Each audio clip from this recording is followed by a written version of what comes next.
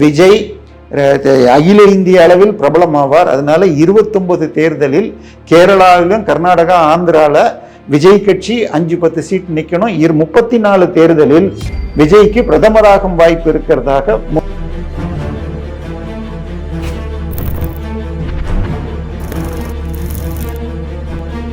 காங்கிரஸையே கழட்டி விடுற ஐடியாலும் இருக்கிறார். காங்கிரசினுடைய 5 எம்எல்ஏக்களும் தாவேக்கால இணைந்திருவார்கள். 2 பேர் ஏற்கனவே அமைச்சராக இருக்கிறார்கள்.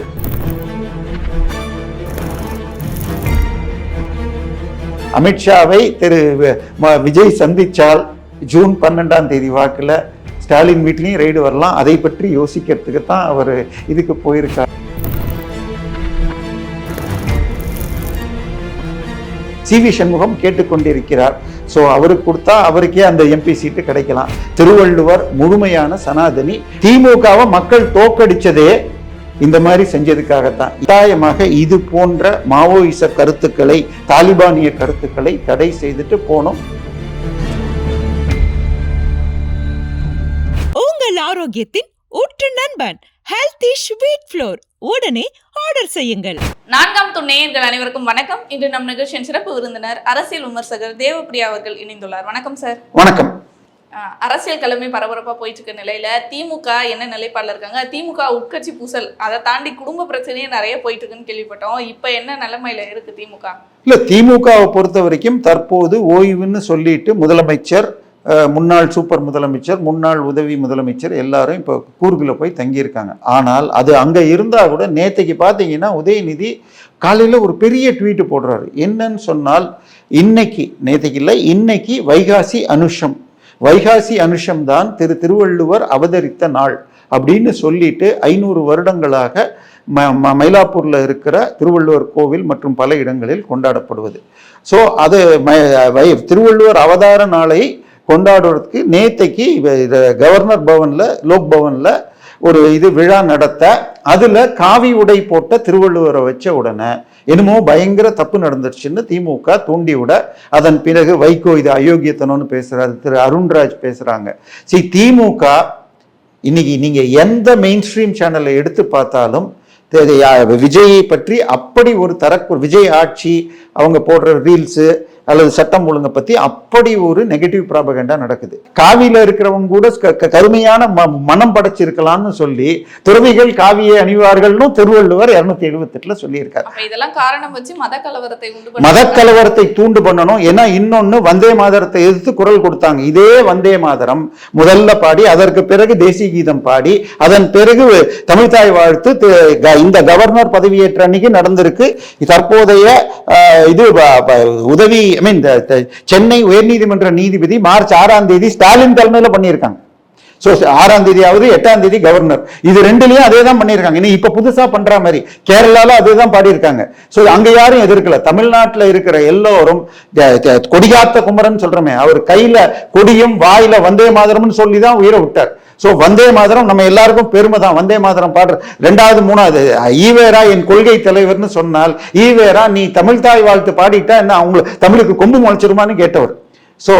இதை எல்லாமே மதக்கலவரம், ஜாதி கலவரம் தூண்டியும் தமிழ்நாடு என்னமோ இந்திய ஒற்றுமைக்கு எதிரிங்கிற மாதிரி. இன்னும் சொல்ல போனா திருவள்ளுவர் முதல் குரல்லையே ஆதி பகவன் போடுற 2மே வடமொழி வார்த்தை. திரு அருண்ராஜ் என்ன சொல்லி இருக்காரு, சமஸ்கிருதத்தை இதன் மூலம் திணிக்கிறார். அவர் பேர்ல இருக்கிற ராஜுங்கிறது சமஸ்கிருதம், அவருடைய குழந்தைகள் பேரு மித்ரனும் பிரணிதான்றாங்க, 2மே சமஸ்கிருத பெயர்கள். உதயநிதியில உதயமும் சமஸ்கிருதமும் நிதியும் சமஸ்கிருதம் தான், விஜய்ங்கிறதுலே சமஸ்கிருதம் தான். இங்க எல்லா இடத்துலயும் உதய சூரியன்னாலும் சமஸ்கிருதம் தான், ஜெயம், லலிதம், கருணை, நிதி எல்லாமே சமஸ்கிருதம் தான். நம்மளுடைய எல்லாத்திலையும் கலந்திருக்கிற விஷயம் இது. அதனால இது வேண்டுமென்றே தமிழகத்தில் நாம் என்னமோ வடமொழிக்கு எதிர்ப்பானவர்கள், இந்து மதத்துக்கு எதிரானவர்கள், இந்திய ஒற்றுமைக்கு எதிரானவர்கள், அதே மாதிரி மதக்கலவரம் தூண்டுறது அப்படின்றாங்க. இது எல்லாமே திமுக திட்டமிட்டு செய்கிறது. திமுகவை மக்கள் தோக்கடிச்சதே இந்த மாதிரி செஞ்சதுக்காகத்தான். இந்த டிராப்ல விஜய் விழக்கூடாது. விஜய் அவர்கள் எப்படி 2 பிராமணர்களை அமைச்சரா போட்டதை எடுக்கல, அதுக்கு முன்னாடி ஜோசியரை போட்டப்ப வாபஸ் வாங்கினார். ஆனால் 2 அமைச்சர்கள் வெங்கட்ராமனையும் திரு ரமேஷையும் போட்டப்ப யாரும் எதிர்க்கல. எனவே கட்டாயமாக இது போன்ற மாவோயிச கருத்துக்களை, தாலிபானிய கருத்துக்களை தடை செய்துட்டு போனோம். திருவள்ளுவர் முழுமையான சனாதனி, அதுல எந்த மாற்றமும் கிடையாது. திருக்குறளை படிங்க, இல்லாட்டி ஹார்வர்டுடைய பிஹெச்டி வேணாலும் நான் தரேன். நான் இந்திய தமிழ்நாடு பிஹெச்டி இல்லை, ஹார்வர்ட் பிஹெச்டி. அதனால இது திமுக திட்டமிட்டு செய்யும் மத விரோத வலையில் தாவேகா சிக்க போகக்கூடாது.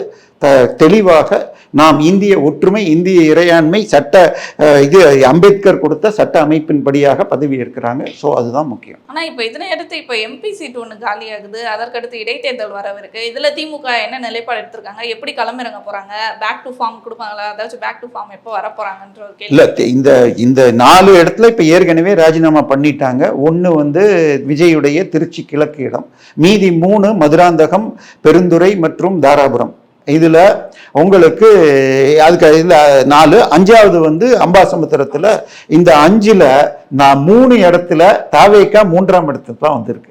மதுராந்தகமாக இருக்கட்டும், பெருந்துறையாக இருக்கட்டும், இது தாராபுரம், ஏன் இதுல கூட மதுராந்தகத்துல 2வது வந்துச்சு. தாராபுரம், பெருந்துறை மற்றும் அம்பாசமுத்திரத்துல 3வது இடம் தான் வந்துச்சு. ஸோ இப்போ என்ன நினைக்கிறாங்கன்னா, திரு அன்புமணி ராமதாஸ் ஒன்று சொல்லியிருக்கார், இதுல பொதுவாக அதாவது ஒரு 3 சீட்ல அதிமுக, 2 சீட்ல திமுக, மற்றபடி போட்டி இல்லாம தாவேகாக்கு எதிராக ஒற்றை வேட்பாளரை போடணும் அப்படின்னு சொல்லிட்டு இருக்காங்க. ஏன்னா அதிமுக சென்ற காலங்களில் உங்களுக்கு எதிர்க்க இது ஈரோடு கிழக்கும் மற்றும் விக்கிரவாண்டியில போட்டியிடல. ஸோ இந்த முறை என்ன பண்றாங்கன்னு தெரியல. பொது வேட்பாளரை போட்டால் தாவேகா எதிர்ப்பு ஓட்டு பிரியாம இருக்குங்கிறாங்க. ஸோ அப்படி பார்த்தா திருச்சி கிழக்கிலும் இதுலயும் இது இன்னும் ஒரு தொகுதியில திமுகவும், மீத 3ல் கொங்குல எல்லாம் அதிமுகங்கிற மாதிரி பிளான் பண்றாங்க. இன்னொன்னு நீங்க கேட்டீங்க எம்பி சீட்டு, அதாவது ராஜ்யசபாவில் திரு சி.வி. சண்முகம் அவர்கள் உறுப்பினராக இருந்தார். அவர் இன்னும் 28 வரைக்கும் இருக்கிறப்ப இதுல எம்எல்ஏல ஜெயிச்சிட்டேன் ராஜினாமா பண்ணிட்டார்.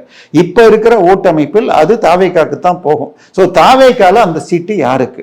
பல பேர் போட்டியிட்டாங்க. ஆரம்பத்தில் இளம் தாரகை த்ரிஷான்னு வந்துச்சு. அதன் பிறகு ஜோதிடர் ரிக்கி ரத்தன் பண்டிட் என்னும் வெற்றிவேல் அப்படின்னாங்க. அதன் பிறகு காங்கிரஸ்ல இருந்து திரு பிரவீன் சக்கரவர்த்தி கேட்டார்னு வந்துச்சு. பட் இப்ப சமீபத்தில் வருகின்ற செய்தி, திரு சி.வி. சண்முகம் அவர்கள் என்னை டெல்லியில் இப்போ ஆக்சுவலாக போன வாரம் போய் விஜய் அவர்கள் டெல்லிக்கு போனப்ப அமித்ஷா அப்பாயின்மெண்ட் கிடைக்கல அப்படின்லாம் சொன்னாங்க. என்னன்னா அமித்ஷா கிட்ட அப்பாயின்மெண்ட் வாங்கணும்னா 3 நாள் முன்னாடி கேட்கணும்.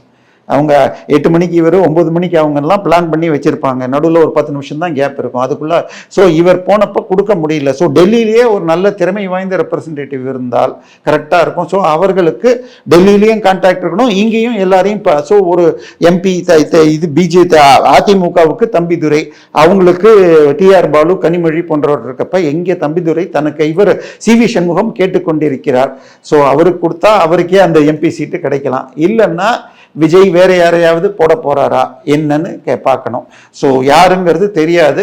பட் பிரவீன் சக்கரவர்த்தி தான் கூட்டணியை நான் ஏற்பாடு பண்ணி கொடுத்தேன் எனக்குங்கிறாங்க. ஆனால் ஜோசியர் ஒன்று சொல்லிட்டாராம், விஜய் அகில இந்திய அளவில் பிரபலமாவார். அதனால 29 தேர்தலில் கேரளாவிலும் கர்நாடகா ஆந்திரால விஜய் கட்சி 5-10 சீட் நிற்கணும். 34 தேர்தலில் விஜய்க்கு பிரதமராகும் வாய்ப்பு இருக்கிறதாக சொல்லி இருக்கிறதுனால காங்கிரஸையே கழட்டி விடுற ஐடியாலும் இருக்கிறார். காங்கிரசினுடைய 5 எம்எல்ஏக்களும் 5 பேரும் அப்படியே இங்க சேரலாம். அவங்களுக்கு வேணும்னா 2 பேர் தாவேகால இணைந்திருவார்கள். 2 பேர் ஏற்கனவே அமைச்சராக இருக்கிறார்கள். மீதி 3 பேருக்கு கொடுக்க வேண்டிய சோஃபா செட்டை கொடுத்துக்கலாம் அப்படின்னு ஒரு பிளான் ஓடுதுங்கிறாங்க. நேத்தோ முந்தா நேத்திக்கோ கேரளால வயநாட்டிலையும் கொச்சின்லையும் தாவேகா கேரளா கூட்டங்கள் நடந்திருக்கு. பெங்களூர்ல இந்த வாரம் நடக்க இருக்கிறது. இலங்கையில கூட தாவேகா பிரான்ச் போட போறேன்றாங்க. ஸோ அதனால காங்கிரஸோடு போவாரா? ஜூன் 6ஆம் தேதி டெல்லியில் இண்டி கூட்டணி கூட்டத்திற்கு விஜயை கூப்பிடல, ஸ்டாலினையும் கூப்பிடலன்னு நினைக்கிறேன். ஜூன் 12 இந்த மாநாடு இருக்கிறது, அதாவது நிதி ஆயோக் அனைத்து முதலமைச்சர்கள் மாநாடு. அதுக்கு விஜய் போகும்போது அமித்ஷாவை சந்திப்பார். உங்களுக்கு ஒரு சின்ன விஷயம் சொல்லணும்னா, மோடியை சந்திச்சுட்டு இவர் அமித்ஷாவை பார்க்காம வந்துட்டாரு. மோடியை சந்தித்து அடுத்த நாள் அமித்ஷாவை கேரளா முதலமைச்சர் சதீஷன் சந்தித்தார். அதே நாளில் கேரளாவின் முன்னாள் முதலமைச்சர் திரு பினராயி விஜயன் வீட்டில் இடி ரெய்டு போய் அவருடைய மகள் வீணா விஜயனுடைய 242 பேங்க் அக்கௌண்ட்ல 18 கோடியை பிடிச்சிருக்காங்க. ஸோ அமித்ஷா ஸ்டாலின் மேல இருக்கிற ஃபைலை எடுக்கிறதுக்காகத்தான் ஜூன் 12 வரைக்கும் ஒதுக்கி இருக்கிறாரா? அமித்ஷாவை திரு விஜய் சந்திச்சால் ஜூன் 12ஆம் தேதி வாக்குல ஸ்டாலின் வீட்லையும் ரெய்டு வரலாம். அதை பற்றி யோசிக்கிறதுக்கு தான் அவர் இதுக்கு போயிருக்காரான்னு சந்தேகம் வருகிறது. திட்டமிட்டே இந்த சந்திப்பானது தள்ளியிடப்பட்டது. இல்ல, இவர் சரியான பர்மிஷன் கேட்கல, பட் அதை டெல்லி யூஸ் பண்ணிக்கலாம். அப்போ ஸ்டாலின் அவர்களின் வழக்கு வெளிவருவதற்கான நாட்கள் நெருங்கிட்டே இருக்குன்னு நீங்க சொல்லி கண்டிப்பாக ஜூன் மாதத்துக்குள் 4 முன்னாள் அமைச்சர்கள் 4 பேர் கைதாக வாய்ப்பு இருக்கு. நம்ம முன்னாடியே சொல்லியிருக்கோம். கண்டிப்பா சார். என்ன மாதிரி போகுது இந்த வழக்குன்னு பார்ப்போம். தொடர்ந்து பேசுவோம் சார் பல நிகழ்வுகளை பற்றி. நன்றி சார்.